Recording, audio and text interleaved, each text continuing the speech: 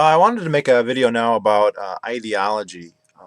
When you advocate for a libertarian world or a market anarchist world, you always come into these arguments that, well, people just can't accept it. They automatically want a state, that human nature prevents this. And um, I don't believe that I can actually prove those assertions false.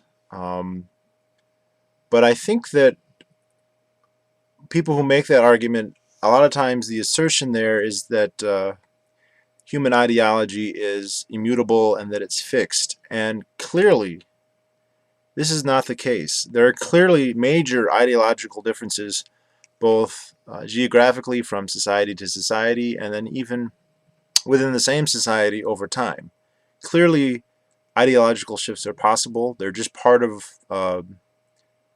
human existence. I believe that it's perhaps very difficult to judge what exactly drives it. I mean, many people actively attempt to change the ideology in society, and they either fail or have no uh, palpable influence. But clearly, there are differences, both within time and across spaces. And so, as an American, I find myself always, having a center on that and comparing American societies to other societies. And I can't help but notice that there are significant differences. At least they appear to be to me. I mean, I have a certain point of view, a certain bias in that regard, but it seems clear that there are notable differences, and um, I'm more or less can only speculate as to why they are. But one book, I heard this book, Jeff Riggenbach's series on the Mises website, where the libertarian tradition, he reviewed this book at one point, Deference to Authority, The Case of Canada. It's a short book, and I will say that it is dated. It was written, I think, about 1980, and most of the subject matter is from the 70s and before. And it's by a libertarian psychologist who moved to Canada because of the Vietnam War.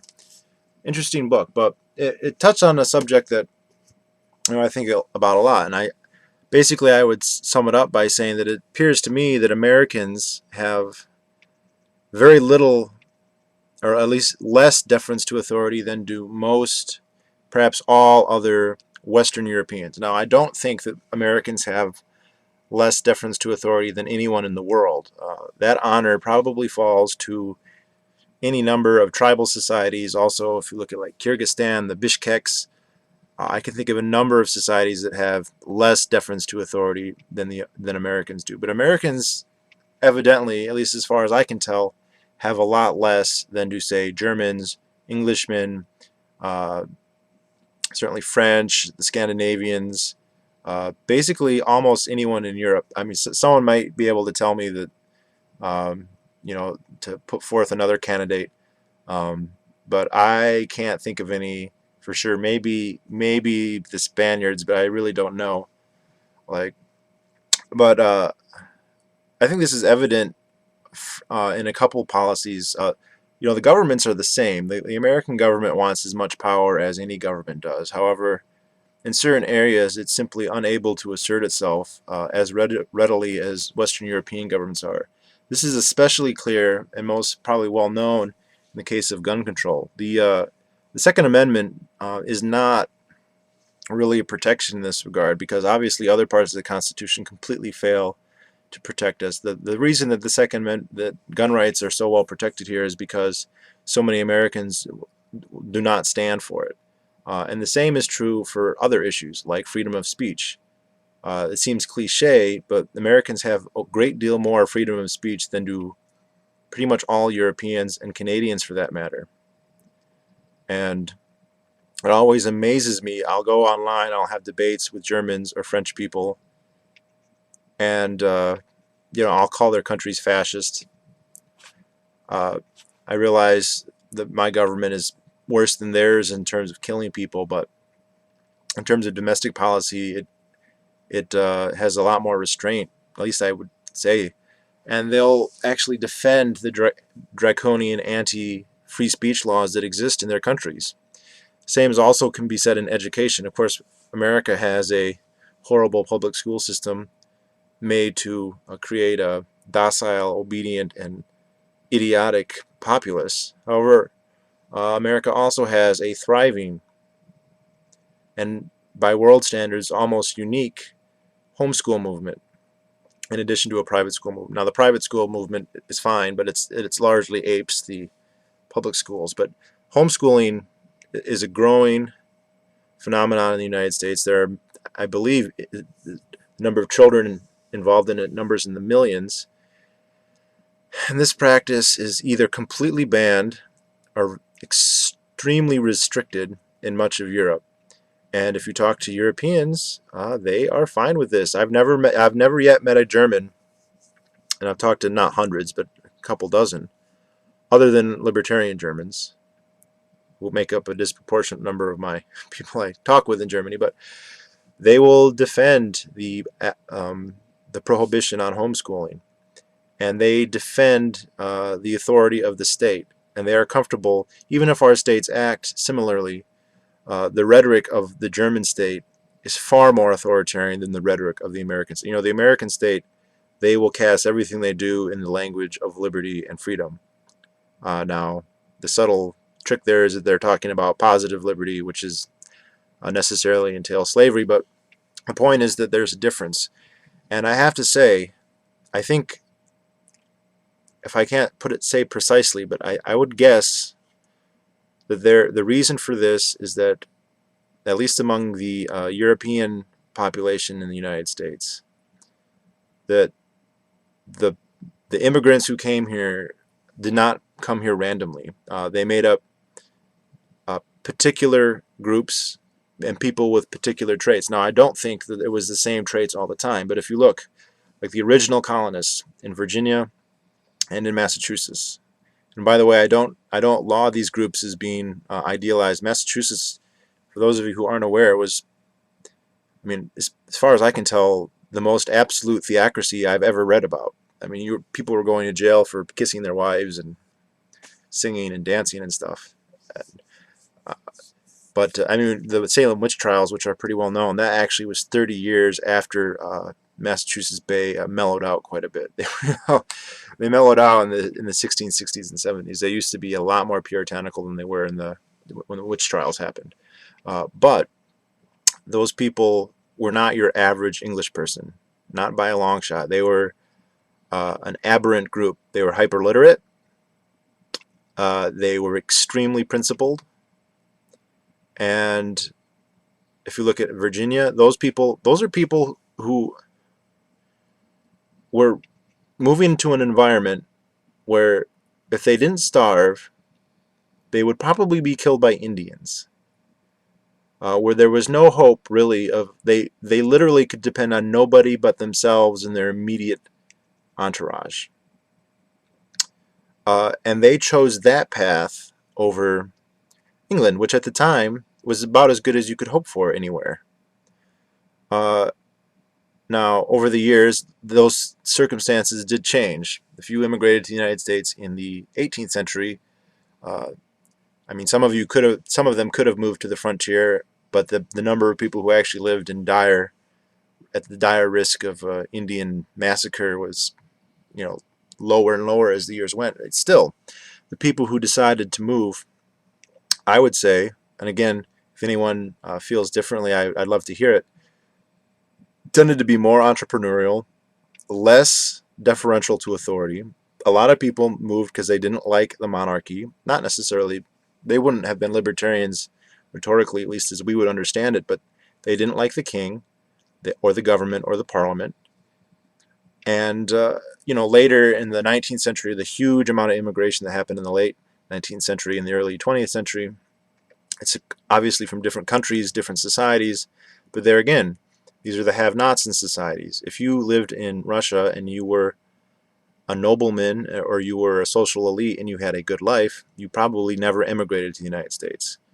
If you were a peasant but you were just content to drink vodka all the time and live out your drudgery of life, you probably also didn't. But if you were an underclass person who thought you could do better, who was dissatisfied with the status quo, that was the kind of person who was likely to move. And the thing is I have a hard time imagining that if you take a whole population of the most entrepreneurial, the most libertarian, the most anti-authoritarian, if you take, you know, the 1% in a society that's the most radical in this regard, and they all move together and form a society where they're the only society. It's not like the libertarians in England were moving to France where they would just be outnumbered by authoritarian francophones. They're moving to the New World where there is a society, there's a Native American society, which I also believe had a very strong influence. People tend to imagine that as a one-way cultural exchange. Absolutely not. In fact, the Indians were extremely anti-authoritarian and libertarian, especially in the United States.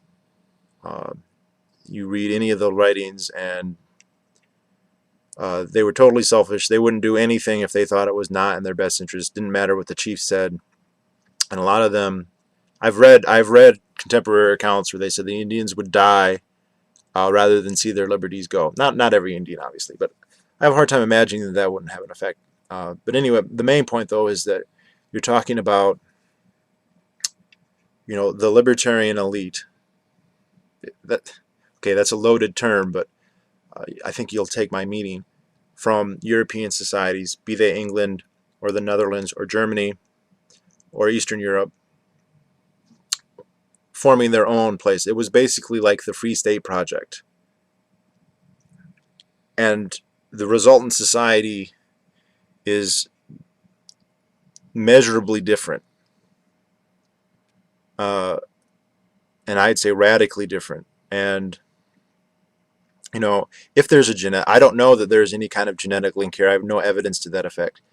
But if there's some kind of anti-authoritarian gene or something like that, it would seem that that would certainly be passed on to their generation, but even if, or, you know, subsequent generations. But even if there wasn't such a gene, um, just the fact that you're being raised by anti-authoritarian parents and your neighbors are anti-authoritarians and their kids are also going to be raised by anti-authoritarians, the result is a population that, even though it's descended from European groups, is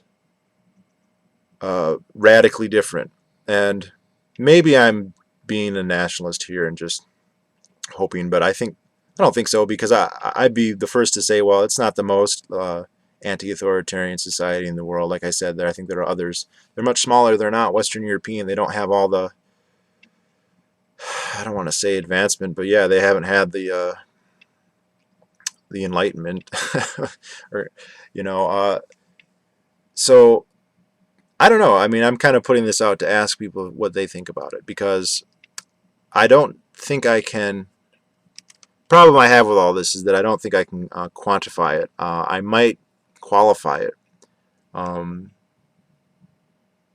you know, there seems to be quality there. It's vague. You know, Americans aren't necessarily super literate. They're not articulate necessarily in voicing, but I think they have a general dislike. You know, and I know people who aren't libertarians at all, who don't even think about it, and yet some of their attitudes, I can't imagine that they would exist anywhere in Europe. I mean, I know people who say, well, you know, and they're not libertarians at all. Like, they believe in big government, but they also believe, well, if the government ever got too bad, we would have to, you know, kill them. And like, I don't know, I don't think many Germans would be willing to say that, or English people. Oh, this is it just reminds me. There is actually evidence. You know, English people like to get in line and just, I guess they have a phrase, and I guess this shows the difference. I was almost completely unaware of this phrase until recently. They like to queue up. I'm saying this right? If I have any English viewers, basically it means you get in line and you do what you're told. And basically, when the Titanic sank, a higher proportion of British people died than Americans. And at the time, that was actually cited as a reason. They said, "Oh well, the British people formed lines, and the Americans were like, you know, save yourself," and they did. They did. If you're going to be a sheep and you're going to be herded, then your safety and your prosperity is not in your hands anymore, and you're at the mercy of uh, somebody who doesn't actually have your best interests at heart. Even if they thought even if somebody did think they had your best interests at heart, they're not able to, because of the knowledge problem, know what's best for you. So I don't know. Let me know what you think. It's something that's on my mind a lot. I wish there were more books about it other than that one. That's a fine book, but it's dated and it's a little short. And um, I'd like to compare the United States to a lot more countries than just Canada. So, all right, I just thought I'd put that out there.